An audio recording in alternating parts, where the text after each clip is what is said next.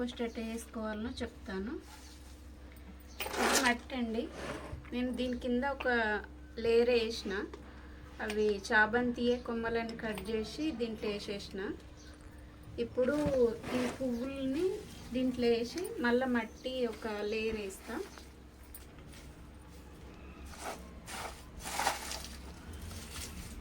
ఇది ఎల్లిగడ్డ పొట్టు అండి.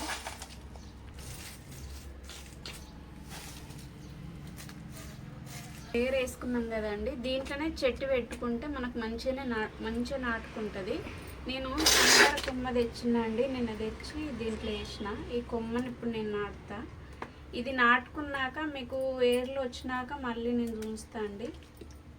ఇప్పుడైతే ఇది నాటుకుంటున్నా.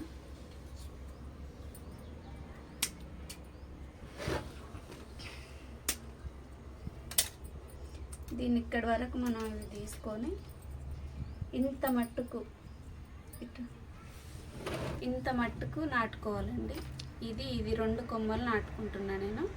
ఈ 2 కొమ్మలు నేను మళ్ళీ ఏర్లు వచ్చినాక మీకు చూస్తానండి.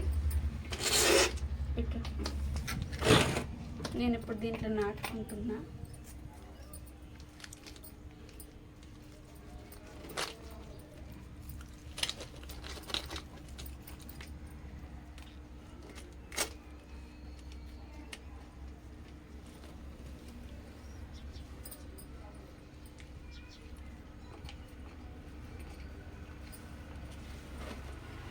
ఇంతే అండి.